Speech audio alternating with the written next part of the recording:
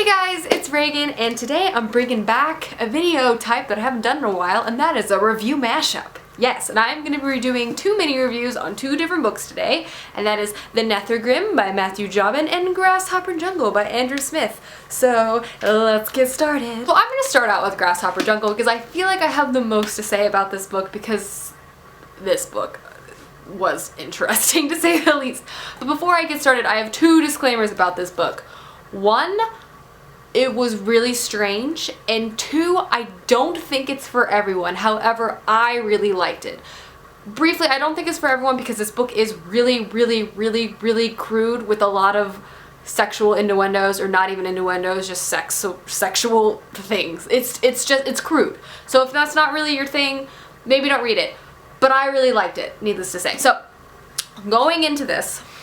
So first off, a synopsis. So Grasshopper Jungle follows a boy named Austin, a sexually confused teenager who lives in Iowa, in a town where nothing happens. It's boring, and all he really does all day is smoke cigarettes and skateboard with his best friend, Robbie, in Grasshopper Jungle. But then one day, some events happen that cause these two boys to accidentally allow giant praying mantises to occur, and they bring about the end of the world. Yeah, that synopsis sounds crazy, and the book is just as crazy as the synopsis is, so it's insane. It's hard.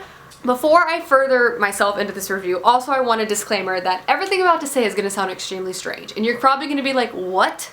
But I promise, Andrew Smith constructs the weirdest story I have ever read, but it works. Everything that he does works. So that being said, I'm going to get into my review now. So, like I said earlier, it follows really two boys, mostly, set in this Iowan town. The greatest thing, and the thing I love the most about this book, is the narration style.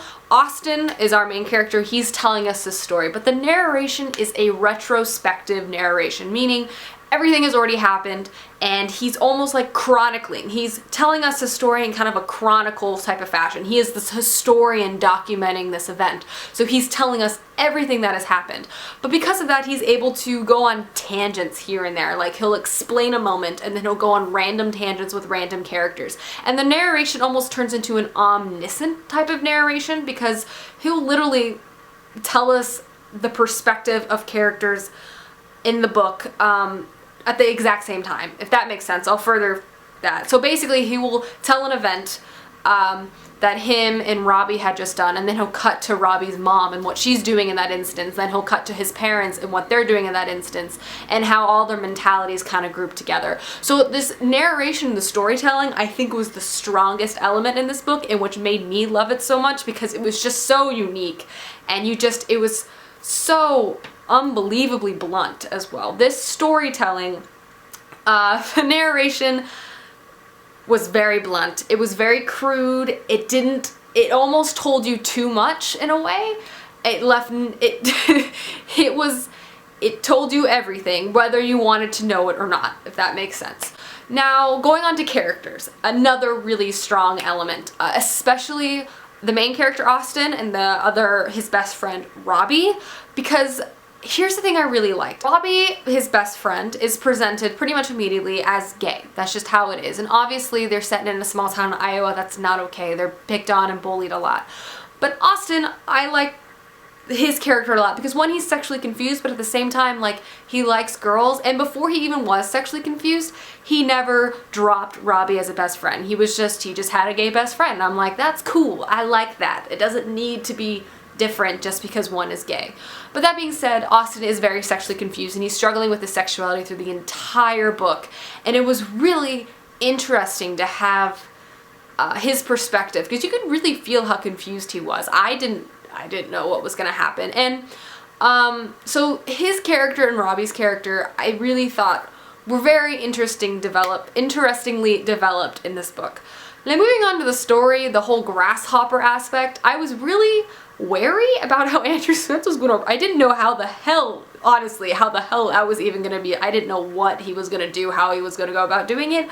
But he did it in a really smart way, and I don't want to ruin it for you because I actually think finding out how these grasshoppers came about is actually really interesting. So I'm not going to really go into it, but I will say how he did it was really interesting, and I liked it a lot. And I know that that review might have seemed all over the place, but just to clarify, one, the story was very, very engaging. The characters were very interesting, very complex, very dynamic. They were not one-layered at all. You're rooting for them, but sometimes you're very disappointed in them.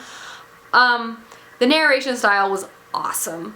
And overall, I gave this book a 4.5 out of 5, mainly because of the ending. I don't even know why. I was just sort of, a lot happens in this book, and I read the ending and I'm like, what the hell? And basically the whole book I was like, what the hell? But I liked it. I really liked it. The next book I'm going to review is a middle grade fantasy novel, which is The Nethergrim by Matthew Jobbin. I've already mentioned the title and the name of the book, but whatever. This follows 3 characters in a world where the Nethergrim, which is like an evil force, if you will, was thought to be destroyed 30 years ago by already a group of heroes, but it seems to be coming back. This is the first book of, I'm pretty sure, probably a pretty big fantasy series, so it was a lot of introductory, which I didn't actually mind.